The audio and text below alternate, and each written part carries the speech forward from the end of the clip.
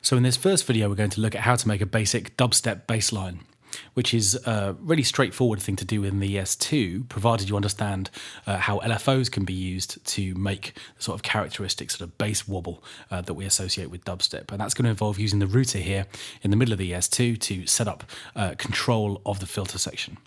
So I've loaded this basic sound, I've turned off oscillator number 3, and I've set an equal balance between oscillators 1 and 2. And at the moment, the cutoff frequency is being controlled by envelope 2. So we just get a little bit of bite on the front of the notes for this pattern that I've recorded. And at the moment, that's the only control that's taking place over the filter section of the sound. So let's have a quick listen to what we've got.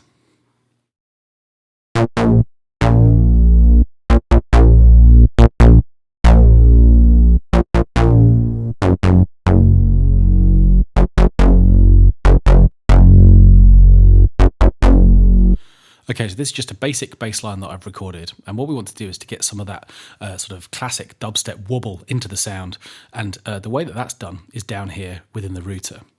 So what I need to do is to set up filter number 2, which is the filter that I'm using for this sound, as the target for this sort of wobble that we're going to bring into the sound. You can always tell which filter is being used because of the blend dial at the top there. And what I'm then going to do is to sort of set up a control source for this movement.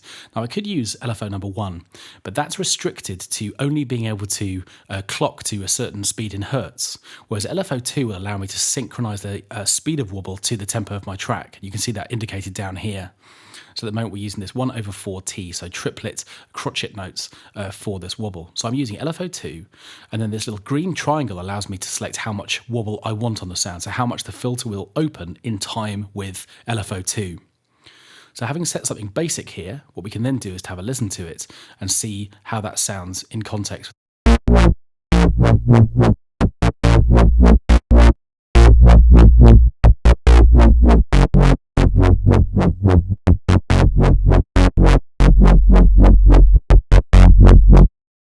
And that's sounding pretty good, but of course at the moment we've got wobble on every single note. I really just want to have that LFO movement on the long notes, the held notes, and not on the shorter ones.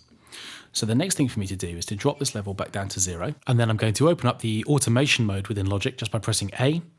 And on this particular track, what I can then do is to go into latch mode on this particular channel so that I can record a parameter. And the parameter I need to record, of course, is this little green triangle.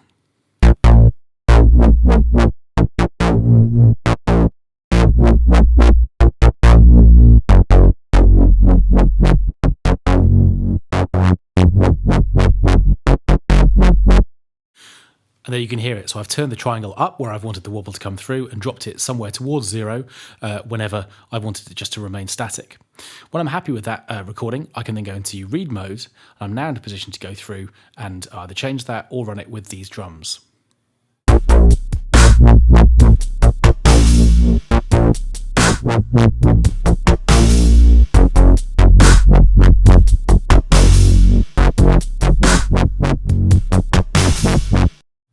Okay, so I could go back and tweak that automation, or I could just keep it as it is at the moment.